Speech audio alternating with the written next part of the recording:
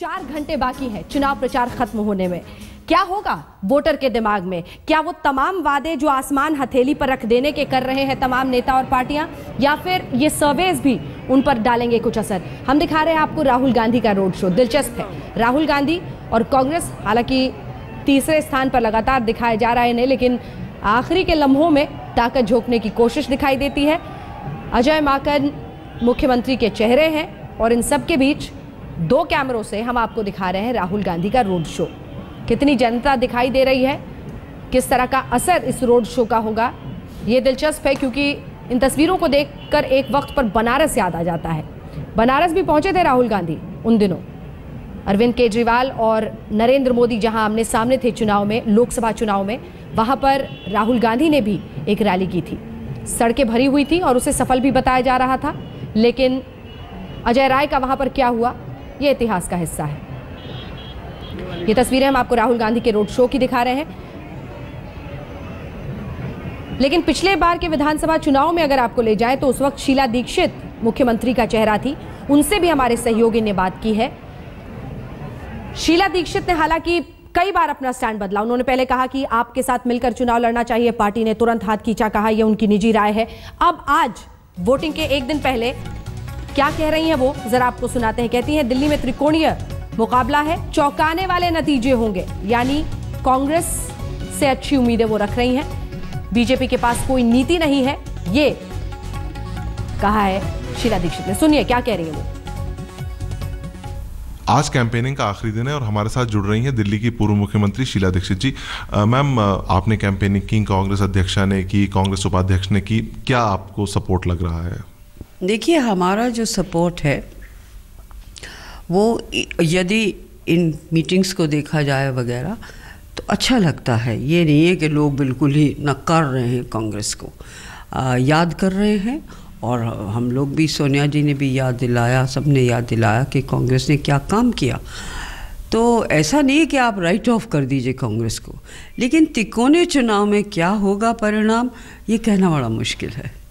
Ma'am, आपने देखा जिस तरह की कैंपेनिंग हो रही है, अरविंद केजरीवाल और किरण बेदी जी के बीच में आरोप प्रत्यारोप लग रहे हैं, पर्सनल बातें की जा रही हैं, इस सब पे आपकी क्या राय है? फंडिंग को लेकर काफ़ी सवाल उठाए जा रहे हैं। देखिए, फंडिंग पर आपने जो प्रश्न पूछा है, कौन बिना फंडिंग के काम कर रहा है, तो एक दूसरे पर लांछन लगाना, और चुनाव का मतलब एक दूसरे के ऊपर लांछन नहीं होता है कि आप सरकार कैसी देंगे, आपकी कल्पनाएं क्या हैं, आपके प्रोग्राम्स क्या हैं। अगर जो आपका केवल यही प्रोग्राम है कि हम बिजली को कम दरें कर देंगे या हम पानी मुफ्त दे देंगे, तो ये कार्यक्रम मैंने तो कभी दिल्ली के चुनाव में या हिंदुस्तान के चुनाव में ऐसी चीज़ें नहीं दी हैं। आप पॉलिसीज़ बना सकते हैं जो अच्छी हों, जो दिल्ली को आगे ले जाएं।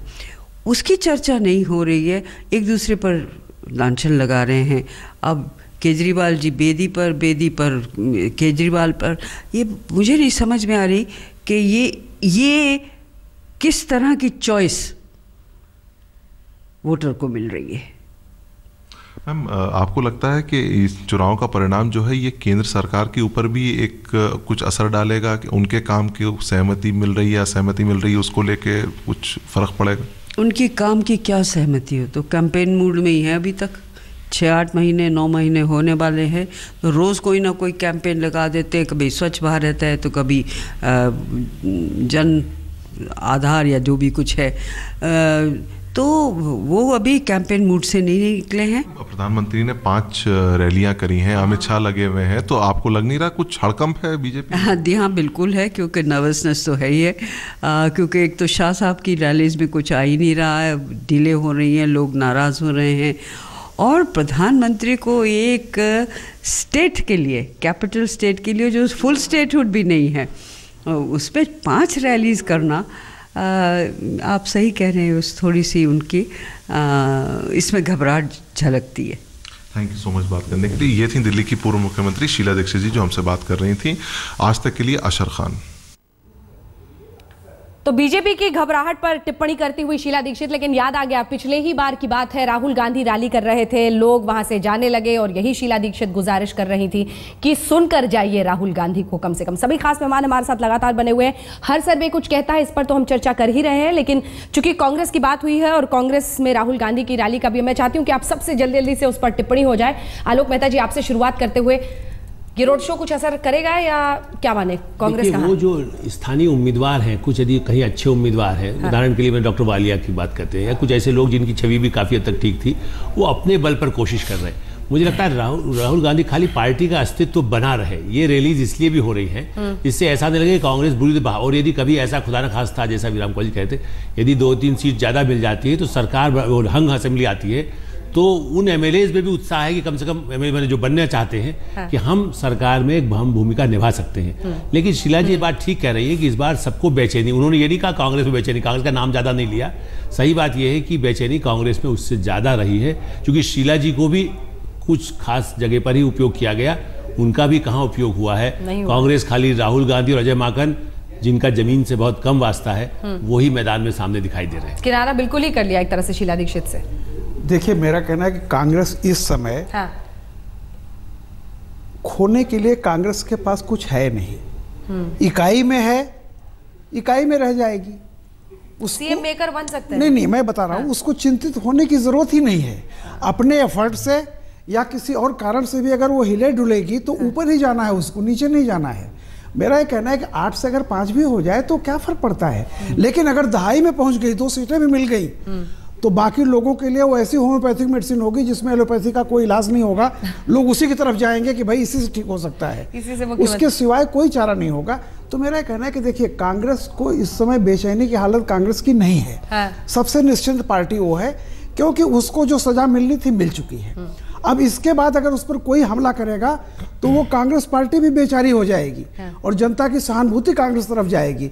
इसलिए कांग्रेस को चिंतित होने की बिल्कुल जरूरत नहीं है। केवल इतने है कि अगर कहीं दहाई में पहुंच गए, अजय माकन जी अगर 2 सीट अपने नाम पर भी ले आए, तो बीजेपी और आप दोनों की मुश्किलें बढ़ जाएंगी। अजय माकन के नाम पर आ सकती है। देखिए, कांग्रेस की स्थिति ऐसी है कि उन्होंने बहुत गलत समय पर एक अच्छा नेता बाहर निकाला विधानसभा चुनाव के लिए।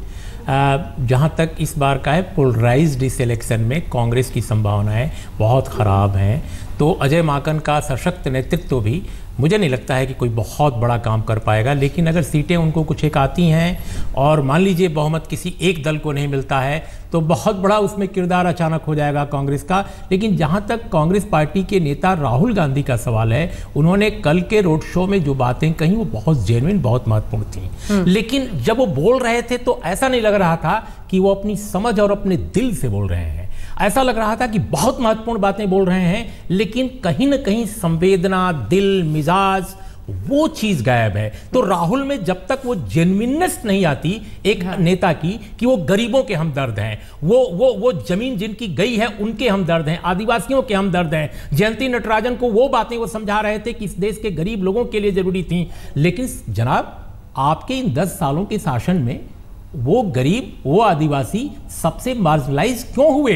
इसका जवाब तो चाहिए ना लोगों को। तो कहीं ना कहीं एक नकलीपन अभी भी है, और जब तक वो जेन्युइन नेता के रूप में नहीं उभरते हैं, मुझे नहीं लगता है कि कांग्रेस की नैया पार होगी। ठीक है, धनंजय जी, आपके पास आते हुए सर्वे का जो एक तरह से उस वक्त कहा था उर्मिलेश जी ने, उसका भी मैं जवाब चाहती हूँ, क्योंकि वो कह रहे हैं कि अभी तक तो 80-90% ये गलत ही साबित होते हैं। नंबर 1। नंबर 2, पिछले बार के चुनाव मेजर एंटी इनकम्बेंसी कांग्रेस के खिलाफ। जवाब दे दो जी।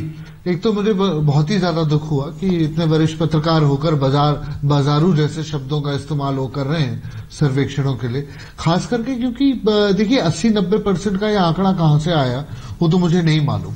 पर हाँ, ये बात है कि जैसे 2004 का लोकसभा चुनाव था, पिछला दिल्ली विधानसभा चुनाव था, अधिकांश सर्वे गलत हुए और उसके पीछे कई सर्वे रिसर्चर्स ने, कई पोलस्टर्स ने उसके पीछे रिसर्च करके उसके कारण जानने की कोशिश करी। तो पहला सवाल ये है, अगर आप अधिकांश देखें, अगर आप इंडिया टुडे ग्रुप की बात करें, महाराष्ट्र का सर्वे बैंग ऑन था, झारखंड का सर्वे बैंग ऑन था।